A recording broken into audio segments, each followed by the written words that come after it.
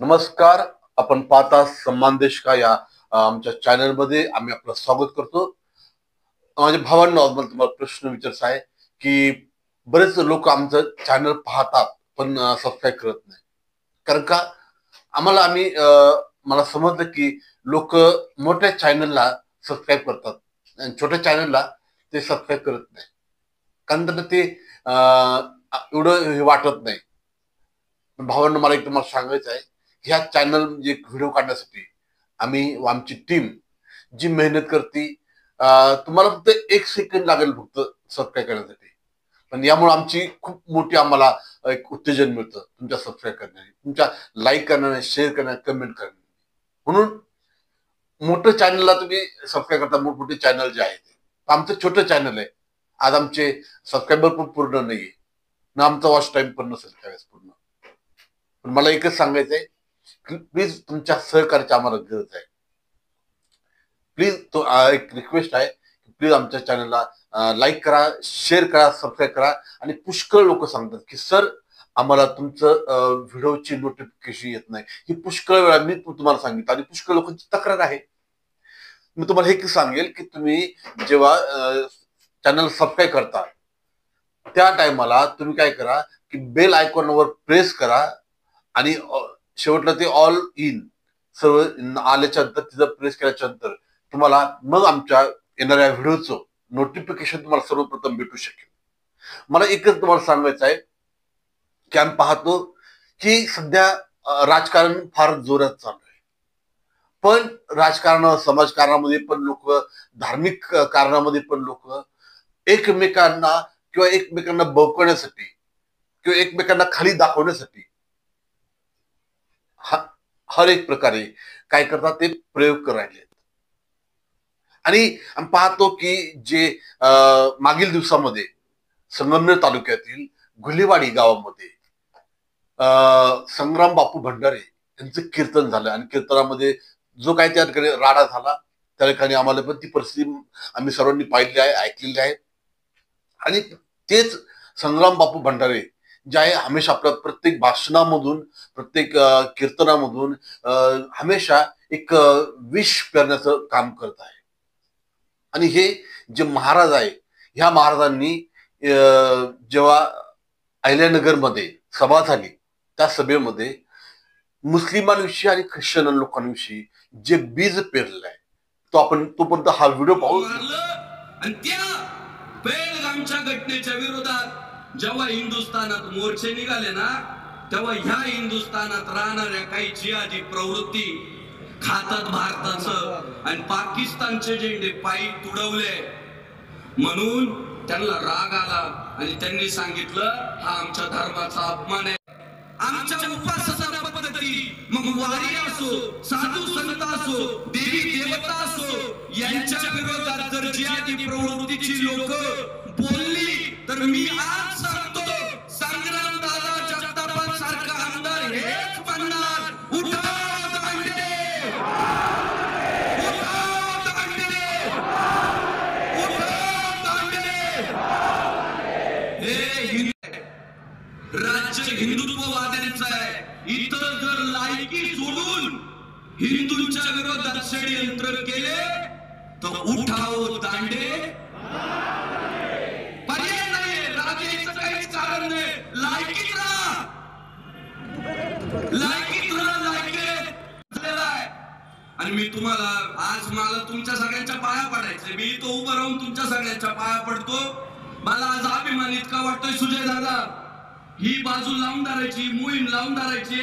पुढचा काळ फक्त भागवा काळ, माझं वाक्य लक्षात ठेवा, भागवा. मला आज अभिमान कशाचा वाटतोय माहितीये, जेव्हा आम्ही स्टेजवर नाही असं म्हणतो ना, उठाव दांडे म्हणतो ना, तेव्हा खालून टाळ्या वाजतात, पोरांना आनंद होतो, स्फूर्ती चढते. पण जेव्हा गुन्हे दाखल व्हायला सुरुवात होती, जेव्हा परधर्मीय लोक एकत्रित येऊन आंदोलन करायला सुरुवात होती, तेव्हा सुद्धा आमचा हिंदू समाज एवढ्याच संख्येने पाठीशी उभा राहतो. याचं उदाहरण आज या अहिल्यानगरच्या आमदारांना दाखवून दिलंय. तुमच्या पाया पडतो, अशीच साथ राहू द्या, अशीच साथ राहू द्या. सागर भैया आमदार किती सगळे आणि शिवरायांचा संघर्ष झाला तेव्हा आमच्या हिंदू धर्मामध्ये मुंगी सुद्धा मारायची म्हटली ना, नाही अहिंसा परमो धर्म. इतर धर्मामध्ये आहे का तसं? आहे का? अहो अहिंसा मूळ तत्व आहे आणि जग जर वाचवायचं असेल तर एकमेव पर्याय आहे हिंदुत्व, दुसरा पर्यायच नाही.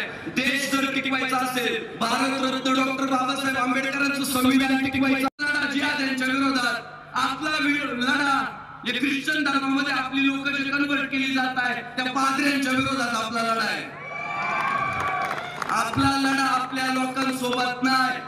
म्हणून बौद्ध, जैन, शीख बाकी सगळ्या 18 पगडदार बाजूला ठेवतात, स्वतःचं उत्पन्न बाजूला ठेवतात आणि फक्त सेवेसाठी आमच्या दारात महाराजांची पालखी येते. म्हणून सर्व धर्मीय लोक त्या पालखीचं स्वागत. धर्मांतरण करायला आला त्याला ठोकून काढले त्याला 5 लाख रुपये, दुसऱ्याला ठोकून काढले त्याला 4 लाख रुपये, तिसऱ्याला ठोकून काढले त्याला 3 लाख रुपये, ज्याला पूर्ण त्याला सैराट करून दाखवेल त्याला 11 लाख रुपये. हे करा. आता पात्री म्हणत असेल मी जेलमध्ये जायला, तुला सुट्टी नाही, तू ज्याचा जीव गेला आमच्या, अरे तिचा जीव गेला, एखादी आत्महत्या महिला करेल की जास्त शिवाजी महाराज की छत्रपती संभाजी महाराज की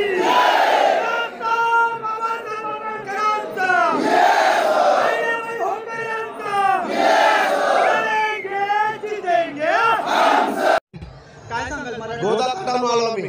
म्हणजे या मराठा मागणीसाठी मराठा आरक्षणाच्या मागणीसाठी मुस्लिम बांधवांनी सहभाग देत आहे. 100% आमचा माननीय जरांगे पाटील साहेब त्या दादा यांचा पाठिंबा आहे. जे खेळ कपाड्याने जे लोक गरीब गुरीब मराठा त्यांना शिक्षणासाठी लय त्रास व्हायला लागला, त्यांना आरक्षण 100% भेटायला पाहिजे. 100% आरक्षण भेटायला पाहिजे. तसं नाही, आम्ही सगळे मुस्लिम, मराठा मुस्लिम धनगर माळी सगळे एक आहे. आमच्या खेड्यात आम्ही सगळे एक आहे. नुसतं राजकारण मध्ये सगळे चाललं आहे, दुसरं काय काम नाही. म्हणून दादा दरांगेचा विजय असो. आम्ही छत्रपती शिवरायांच्या सोबतीलाही मुस्लिम मावळे म्हणून होतो आणि आताही आम्ही माननीय मनोज जरांगे साहेबांच्या सोबतीला आणि सकल मराठा समाजाच्या मागणीला आम्ही 100% जे समर्थन वेळोवेळी केलेलं आहे आणि आता हत्तीचं बळ देण्यासाठी आणि त्यांना आम्ही सद्भावनेने आणि भावना घेऊन आम्ही इथं आलेलो आहोत.